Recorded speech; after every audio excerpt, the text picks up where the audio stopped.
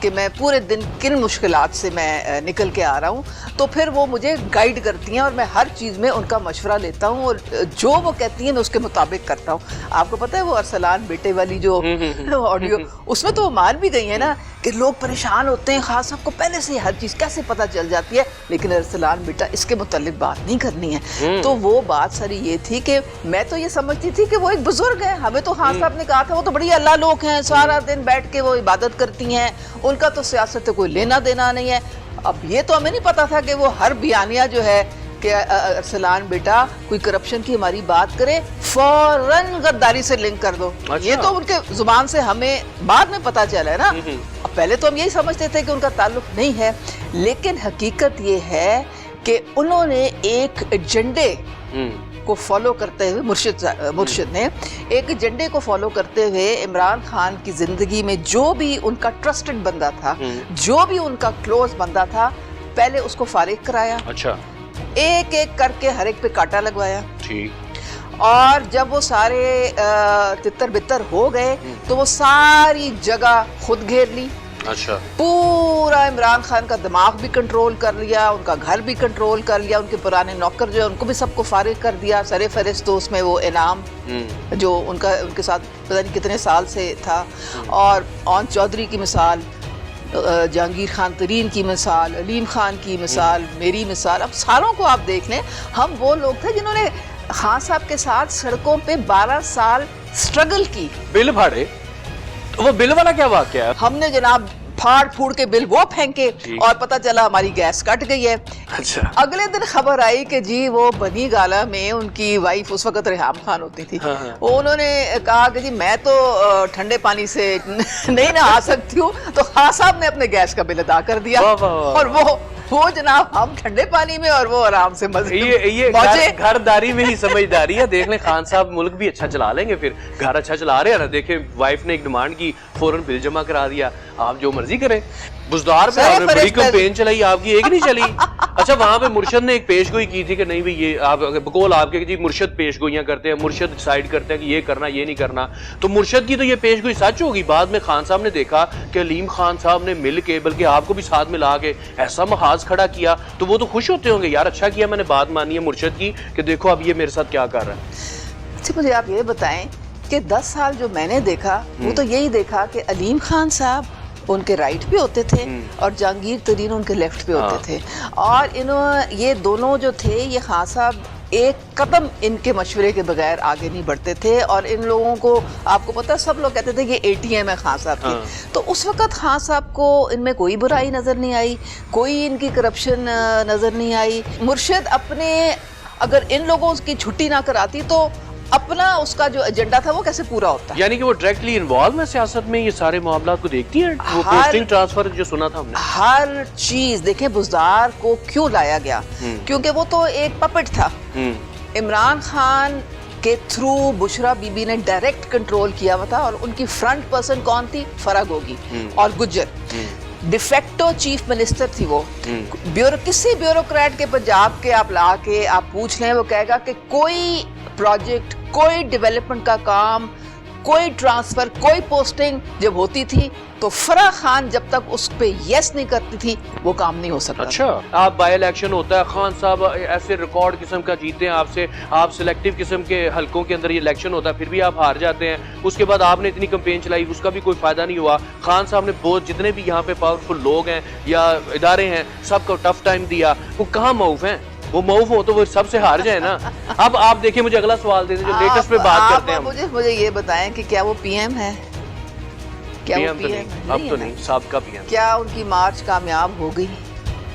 کیا وہ I am F کی ڈیل سے نہیں بھاگے؟ یہ ساری باتیں کریں. کیا یہ ملک کا دشمن باتیں نہیں تھی؟ یہ دیکھیں میں جو ہمیشہ سمجھتی تھی خان صاحب ایک کاز کے لیے نکلے ہوئے ہیں، لیکن اب مجھ پہ ایک یہ واضح ہو گیا ہے کہ صرف یہ پاور پالیٹکس ہے، کیونکہ جو خان صاحب ہمیں سکھاتے تھے بالکل اس کا الٹ انہوں نے کیا ہے۔ وہ ہمیں بتاتے تھے کہ میں کبھی بھی الیکٹیبلس کے پیچھے نہیں جاؤں گا اور میں اپنے یوتھ کو ٹکٹ دوں گا، میں اپنی خواتین کو ٹکٹ دوں گا۔ ہم ساروں نے ٹکٹوں کے لیے اپلائی کیا تھا، 1-1 لاکھ روپے بھرے تھے، مجال ہے جو انہوں نے کسی خاتون کو یا یوتھ کو ٹکٹ دے دیا، سارے گن کے اب الیکٹیبلس مجھے آپ سے کوئک آنسر چاہیے کیونکہ وقت کم ہے ہمارے پاس۔ آپ کو 23 کروڑ ملا، آپ نے کہاں انویسٹ کیا؟ میں پتہ کرنے یہاں آیا ہوں، صوفے کیوں نہیں چینج ہوئے آپ کے؟ وہ پرانے والے کیوں چل رہے ہیں؟ پہلے بھی دیکھے ہوئے ہیں، یہ کدھر ہے وہ 23 کروڑ روپیہ؟ وہ 23 کروڑ جو میں ڈکار دیے بغیر ہضم کر گئی ہوں۔ واہ واہ واہ، کمال ہے نا پھر تو۔ اچھا دیکھیں میری بات سنیں، عمران خان کو پتا ہے کہ عظمیٰ کاردار بکاؤ مال نہیں ہے۔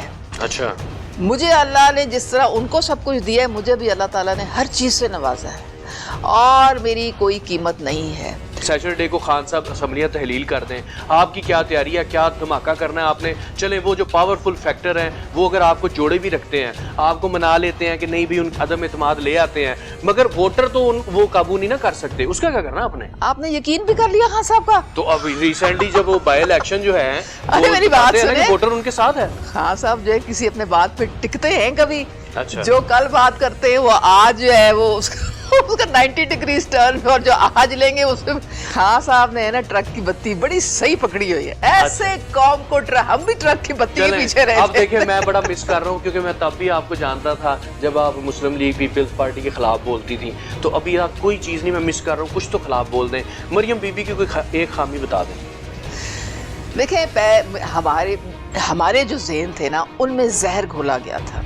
عمران خان صاحب نے ہمیں روز کہہ کہ کرپٹ چور ہیں، ڈاکو ہیں، یہ لوٹ کے لے گئے ملک کو، منی لانڈر کر کے پیسہ ادھر گیا ادھر گیا۔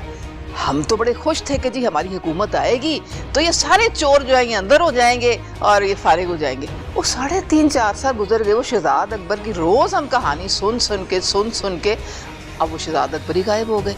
تو اگر جی روز ویلٹ جو ہے یہ سیل کرنے لگے ہیں اور اس کو بیچ رہے ہیں زلفی بخاری کو، تو اس کے بعد اس نے جا کے جب کیس کیا تو وہ 3 دن اب پھر ایکسکیوز کرتی رہی، تو اب پھر ہم نے سنا کہ جی وہ بکنے والا ہے، تو پھر کیا ان کے بارے میں کوئی چیز نہیں، کوئی ڈیٹا نہیں آ رہا آپ کے پاس؟ 4 سال 2 مہینے اشتہاری رہنے کے بعد سلمان شہباز پاکستان آتے ہیں، حفاظتی ضمانت میں۔ دیکھیں ہم نے تو یہ دیکھا تھا کہ ساری جیلوں میں تھے۔ کون سی پارٹی جوائن کر رہی ہے؟ مسلم لیگ پیپلز پارٹی۔ کہاں سے اگر اچھا ہوتا ملتا ہے چلی جائیں گی پھر؟ بات ساری یہ ہے کہ 23 کروڑ تو ہم نے لیے نہیں، ٹھیک ہے، لیکن ایک خواہش دل میں یہ ہے کہ ہمیں عزت ملے۔ جو عزت دے گا، جو پلیٹ فارم دے گا، مریم صاحبہ کو میں نے فرسٹ ٹائم 1 to 1 میری ان سے ملاقاتیں ہوئی ہیں، اور ایک وہی ہیں عمران خان کے ٹکر کی۔ اچھا، او یس، اور وہ جب آئیں گی نا میدان میں تو عمران خان جو ہے ان کو چھٹی کا دودھ یاد آ جائے گا۔ مولانا فضل الرحمان صاحب کو آپ پہلے کہتے تھے یہ ڈیزل پہ چلتے ہیں، تو آج کل وہ کس پہ چل رہے ہیں؟ اب تو اب چینج آ گیا نا آپ میں۔ دیکھیں میں اللہ تعالیٰ سے بہت معافی مانگتی ہوں، میں لوگوں کو اس طرح سے ناموں سے بالکل نیم کالنگ میں بلیو نہیں کرتی ہوں، اور غلط بات ہے، اس کو ہمارا مذہب پسند نہیں کرتا ہے۔ میں نے کبھی نیم کالنگ نہیں کی۔ اب ان کو چاہیے کہ اتنا پرانا تعلق ہے، خان صاحب کو گولیاں لگیں، وہ تو سچ مانتی ہے نا، تھوڑی ہمارے یہاں پہ عیادت تو کریں ان کی۔ 600 سپاہی ہے تو مجھے تو گولی جو ہے پہلا سپاہی مار دے گا کہ وہ اتنے خوش ہیں مجھ سے۔ یعنی کہ آپ گولی کو گولی سمجھتی ہیں، گولیوں کو گولی سمجھتی ہیں، گولی کرا وہ وہی ٹائپ کی گولیاں، اللہ کرے وہی گولیاں ہوں جو ان کو لگی تھی کنٹینر میں۔ خان صاحب نے زخم دکھا دیا آپ کو اتنے بڑے۔ میرا تو ایک ہی خان صاحب سے ایک سوال ہے، آپ میڈیکل لیگل تو کرا لیتے، 3 گھنٹے میں آپ کسی DHQ BHQ میں آپ نے کیوں نہیں میڈیکل لیگل کرایا؟ کیوں آپ شوکت خانم کے نئے؟ میں تو یہی کہوں گا میڈم کہ جس نے مرشد کو ستایا اس نے پھر رکشہ ہی چلایا، پھر دیکھ لیں آپ کو چین نہیں آیا؟ ایک عمران خان نے مرشد کے ہاتھ پہ جو بیعت کی تو سارا ملک بھگت رہا ہے۔ ناظرین اس کے ساتھ ہی اپنے میزبان منان گیلانی کو اجازت دیجیے، اللہ حافظ۔